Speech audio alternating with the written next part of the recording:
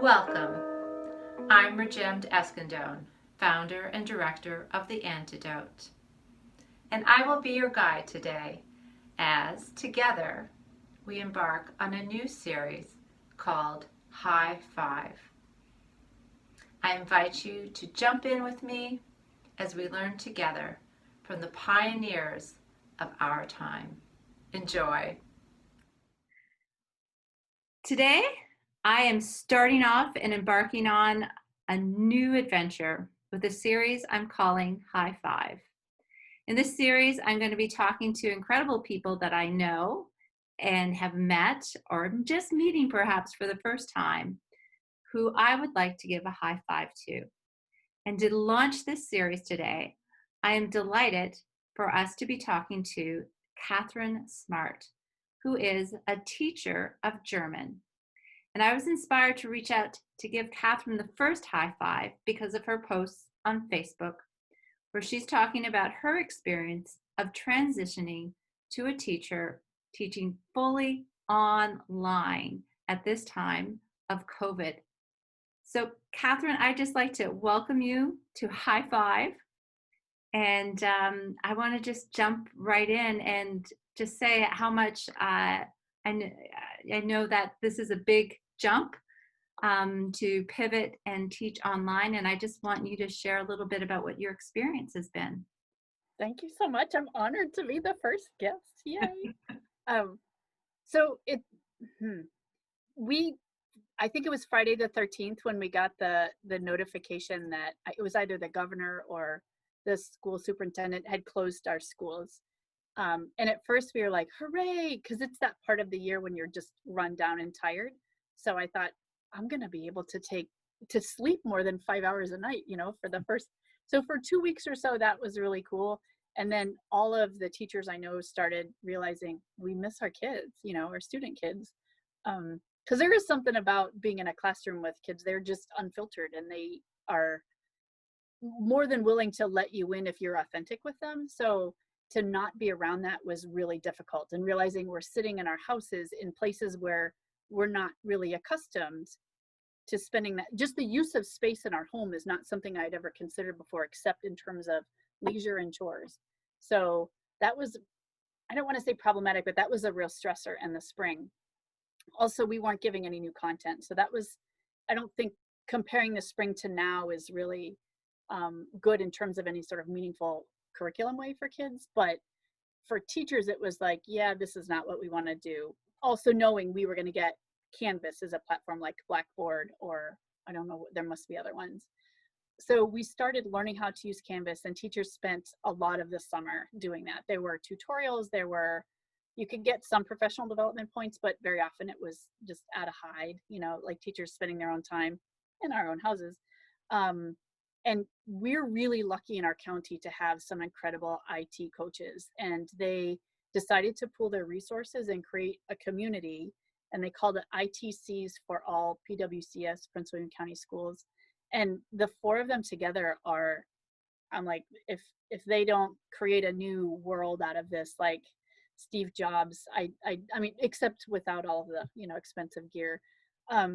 So we really just kind of would show up at their Zoom office hours and like, hitch our horses to that fence post, and just sometimes teachers would just go to interact. And over the course of months of that, we realized, like, we're just here to see the faces. We're just here to be a part of something, because it's nice to hear voices and to hear the real parts. And so that was kind of like this little in my head. And I'm not a young teacher. I'm new to teaching, but I'm 50, and so I didn't walk into a classroom being just a couple of years older than my students. So I went in teaching when I think my first year in teaching, I had a freshman in high school. So that gave me a lot of perspective, like, this is what a 9th grade boy thinks like. And it gave me a lot of empathy for my kids that I don't think I would have had otherwise. So I wanted to be human because, well, we are, but we tend to kind of hide ourselves behind, how oysters take the grain of sand, and like the outward part is really pretty, but the inward part is like a painful grain of sand. And I thought, if I'm feeling like this, then I know my kids must be. So I started making these dorky videos of my dog or me like folding laundry and tugging with my dog over a sock, and I would put them on our class Edmodo page, which is what we had before Canvas. And the kids wouldn't go to where like the content was. They would go and they would post likes about the dog, and then they would make comments about it, and then they would put memes about it, and then they would talk to each other even across classes. And I was like, this is awesome. So I thought, why can't we, like, our dorky inner selves need to maybe be our dorky outer selves, because that the hardest part of life is when you realize like that your insides don't match your outsides. You know what I mean? When you can't be who you are because you think society wants you to always look like you've got your stuff together, but we don't. I don't. And I know if I don't, then my kids don't. So I decided very deliberately to create a permission structure for that by, like in counseling classes, they tell you to self-disclose first, just enough to get the conversation rolling. So, and I usually use my kids as a thing. I'm like, well, if you, for example, have ever said to your mom, something snarky that the kid says, and they're like, oh my gosh, I can't believe your son said that. And so then they'll be like, oh, and one time I did this to my mom and she was not happy. But it gets the conversation going. And I learn a lot too. I'm like, oh, that's why my kids do this. And I thought, it takes nothing away from me. Like, I'm still in charge of the class. I'm not, it's bedlam and chaotic and loud, but it's also a community, and I want my kids to feel safe there. So that's the thing I decided to start with, because the verbs will happen or the verbs will not happen. But if the kids feel like this is a place they want to come, then they'll come. And my attendance is up so much more from regular life, when they would have to go to the school. We're in Northern Virginia, we've got, big schools. Like my high school is at about 2,900 students right now. We're one of the bigger ones in the county, but there's 13 or 14 high schools in the county. It's a lot of kids. And it's just so much pressure on them. And I'm like, if they're like rolling out of bed and coming to my Zoom, and every kid who has missed class has sent me an email in advance and been like, hey, I'm sorry, I have to do this thing. Okay. So I feel like this is a chance to maybe step away from old ways that didn't honor the human in them and me, and maybe approach it in a different way. And I say that as a mom more than anything, because I've had two kids who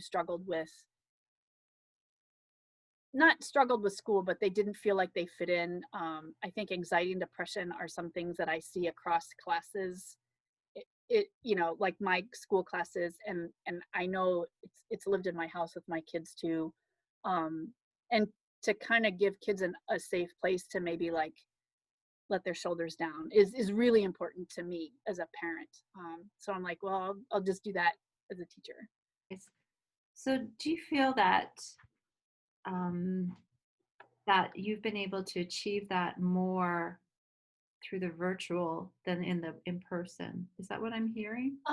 I think I am surprised at how much. And yes, actually, like, so on Zoom there's chat functions, and so my kids will you can set the environment more, right? It's you're setting up like the lighting and all that, which I'm terrible at. But I learned from going to one of our IT coaches' office hours. I logged on and I was in the waiting room, and then you get brought in and there's a screen that's got some soothing, like, welcome to, such and such's office hour. I don't know what it was. It was like a PowerPoint slide, but there was this music in the background that was very relaxing. And I asked what it was, and he said it's lo-fi study state. And it's just this mellow, non-stressful sort of welcoming music. And so I put that on and I share the screen. And so when the kids come in, they can, I set up the Zoom like 10 minutes early.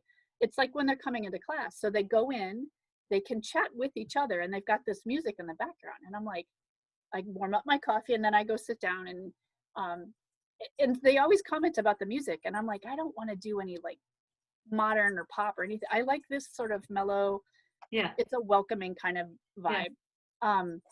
So that was sort of the first step. And then you can do polls in Zoom, and I use those. And then there's an annotate function that makes them all feel like little kids again. But I also like mess up, like the dog threw up on my leg, and I was like, I'm gonna need you guys to finish what you're doing, because the dog just coughed up something that looks like a bone in vomit form on my leg. And this is on a Zoom that we had to record and put, on like today's lesson to rewatch, go to this link. so I'm saying that because I thought, well, that's what their life is probably like too, right? Like we've all been puked on maybe by a dog. I don't know. But I thought if I make myself more approachable, even if I can't see them, I'm gonna get. You have to be good at. The Germans call it Fingerspitzengefühl, like your the feeling in your fingertips, right? Like to sort of read a situation or a room and to be mindful of what those people are feeling. And if I'm like, if one kid has their camera on and I say that and the kid's like, then I'm like, okay, I'm sure the rest of you behind your screens are also feeling that. So I don't have to poke at them to say, show me your face, show me your face. I have to be confident enough in me to know that if I'm being vulnerable and they're all showing up to class, then I must be doing something right. At least they want to be here, right? It's better than whatever they were going to do. So maybe not better, but it's as interesting as some of the other alternatives. So I feel like it's made me more aware of what their needs are too, And then I asked my son too. That's another thing. I've got like a spy in the house. I call him my, what do I call him? Noel. He's his uh, a correspond like a cultural coach for the young people because he works with a lot of or cultural representative. That's what he's a cultural representative of the young people. So I'll ask him like, if I do this, would that work? And he'll help me. He gives me feedback to tweak it in one way or another. And I'll tell them, I'm like, I've consulted an actual young person to come up with this. And they're like, you're such a dork, Pro Smart. But so we're building an us before we do anything else. And I feel like it's well worth that investment in time. Because one of the biggest pieces of feedback we hear from parents is that virtual learning is not working because of isolation and because kids are feeling alone. And I'm like, if this can be like, even if they just tune in to be like, look what this weird old lady is doing today. Okay, that's 30 minutes that they weren't sitting in their room like hating life, or being miserable about, or being lonely or something. If I can get somebody to, like, even if it's laughing at me, and I'm in on that joke and I'm fine with that, then I think that's a good place, So it's an attempt. I don't know, but they sang happy birthday to me today in German. They were like, we found out it was your birthday. Is And on today your Zoom, birthday? no, last week it was, but Okay. they're like, we found out that you didn't tell us. So they all unmuted and it was all off. Like it was the most beautiful song I've ever heard, and nobody matched voices at the right time. And it was like, I thought this is the best data point that I could gather about whether or not this is working. Wow. So do you find that your attendance is higher than some of your colleagues? Yeah. Um, you know, uh, Everybody I've talked to, my high school colleagues at my school have all said their attendance is up. Their And I attendance is up. up. And it's not asynchronous attendance. This is like kids actually showing up to the Zoom. And there was a lot of worry, from like the ye old school of teaching where people are like, they're just gonna turn on their Zoom and then not show up. And I'm like, that's a lot of work. Like if you're gonna blow off a class, you're just gonna blow off the class. You're not gonna log on and then abandon your computer while you go to another room and do something else. That's just silly. But they are logging on and they might not be like interactively talking, but they're there, which is more than in a regular class. I usually have 3 or 4 kids absent for each class. And I think as a parent of kids, like my son feels very anxious in school. He's not incapable. There's no IEP, there's nothing. School makes him so anxious. And I think a lot of it is like school is aimed at auditory learners, well-behaved young kids, the ones who raise their hand quietly and sit in the front. And they're adorable, sweet kids. Most of my students like that are girls. My wiggliest, loudest, messiest, most open hearted kids, the ones who are willing to be like publicly like, hey, like the kid who's going to be a C student, those kids are mostly boys in my class. And I'm the mother of 2 of them. And I feel like that we punish, our school system is really good at conformity and compliance. And if you're a 13 or 14 or 15-year-old boy, you're not complying. If you're a 17-year-old boy, you just want to fight the authority structures that keep you from being the adult that you know you can be. Mhm. So this doesn't require them to sit still and not be fidgety. Mhm. My son never puts his camera on, but Mhm. he's like, I can play the guitar on with the headphones, so like nobody hears it, but he's like, I can engage myself with some, you know, not meaningless, but like a physical activity while I'm listening to the teacher. She's not irritated by me being like this. And so I get to participate like just as equally as those other kids who sit and listen and say, yes, ma'am, and no, sir, you know? And this is the first time he's ever felt like that. And I think my other students are not my others, but my son said that. And I think my students are kind of feeling that too from other classes because I don't have to do behavior management as a thing, you know, I don't have to be like, let's stop throwing pencils because that behavior exists, but it's not interacting with the rest of us, you know. So um I feel like it's a kind of a safer place for a lot of kids emotionally, you know, because we Mhm. have a lot of expectations of them and we tell them when they're wrong. We don't always tell them why or how to get back to good, like in the kite runner, you know, when he says there's got to be a way to get back to good. And I think that when I look at kids, like what do we tell them about themselves when they're like, you know, you're going to get a referral, or you're going to do this. Like if we are like, dude, I know that was really hard for you to apologize, and I'm really proud of you, and I'm grateful to you for saying that to me, you know, and then moving on and never speaking of it again, like that gives them a way back to good. So I think this environment is giving kids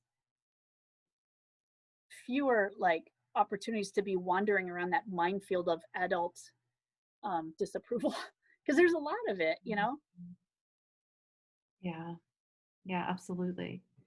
So it sounds to me like you're finding a lot of possibilities, positive possibilities out of this Yep. transition. Yeah. What about the challenges for you, or has it mostly been an upside for you? um I think initially the beginning of the school year was difficult because we had Canvas and we'd all been like learning how to drive a car theoretically, like by looking at a cardboard model of it. We didn't have an actual car to practice on. And we were supposed to get like the live county, the shells of our content. Um, and anyway, it was like 10 days into our 3 weeks of teacher prep before the school year started. And so then only then did you have a chance to start building it and getting used to it. And, you know, until you do it, you often don't know. So there was that stress of unknowing. But I think now, um, I feel like we're all building restaurants, right? Like there's a lot of overhead up front. You have to decide the menu, you have to get the groceries, you have to chop the beets, you have to do all the things. And we're our own sous chefs and contract workers and, you know, but once you're like, oh, I know what I'm doing and I know what I want to do. And also, this is the other thing, like I had my modules set up one way. And then I thought, because they're organized by theme, right? Like unit one is about my place in the global community. But unit one is you keep adding subunits, and it was like scroll, scroll, scroll, scroll, scroll, which is visually stressful for a kid, especially a freshman who's probably 13, like the never ending story. So a mom was like, she had a son who had some learning challenges and said, would it be possible to make week modules, like, you know, week 5 or whatever? I thought, oh, that's going to be so much work. And then I looked at it and I was like, oh my gosh, because you can close those other ones and then they go away. And it gives you this feeling of, yeah, I've already climbed those hills. I've done those hikes already, you know? So I invested a couple of hours on Tuesday and I just rearranged stuff and labeled it. And it was really well worth the time. And I got so much positive feedback from my students about that. So being willing to say, we did it this way. This isn't the ideal thing. We're going to backtrack, even though it's a couple of miles, and then go that way. Mhm. Has been really helpful. And also keep it, it builds trust too, because if the kids are like, you're never willing to show you're wrong, they're not going to want to come to your class, you know? And what are you teaching about adulthood too? You know, oh, you never admit a mistake, even when, you know, because people will live with a sense of injustice from something a teacher said to them for decades, you know? Um, and so that's the big public mea culpa, even if it wasn't a culpa, you know, mea bad decision, or whatever, like, you know, hey, we're going to change direction here, but I think it will be better for you guys and easier for you in the long run, Yeah. has been really helpful too. And it's reminded me that it's not teacher student, it's interaction, you know. So that was a challenge in terms of time and effort. That's a lot now, but now I know how to build a Canvas module. I know what I want it to look like, and I'm kind of able to go, yeah, we don't need these things, and to kind of leave them in the grocery cart. So I think time is the biggest one, and also it helps to have parent goodwill. Um, you know, like to have, sorry, my son is getting the dog stuff. Um, to have relationships not with your kids, but you have to recognize your flock isn't just your assigned flock. I think in the Army it's the same way. Like my flock is also their moms and dads and guardians, and the people who are sitting at home with them in this new environment, trying to hold down their own jobs and manage kids in 3 different school levels or whatever that looks like. So having a warm cup of emotional coffee for those people too, I think is really important, you know. Yeah. Yeah. So that they know that everything's going to be okay, Yeah. basically. You know, there's a lot of, it's so completely new, and Yeah. everybody just needs to know it's going to be okay. The kids are going to be okay. Yeah. The teachers are going to be okay. The parents are going to be okay. Like, it's totally, totally new, but it's, you know, it's just, I think there's been a period of time where everyone has just had to kind of calm down a little bit and realize, Yeah. okay, you know, we're all in this together. We have to work at this Yeah. together. And it's going to be fine. And in fact, you know, as you're finding, it's just filled with opportunities to Hmm. explore new things, and maybe these new things could be more in aligned with the times we live in. I think the relationship of the individual to power is a really important theme that, as a now 50-year-old woman, I feel like I'm very lucky. Like I came from working class poor parents. My dad joined the Army.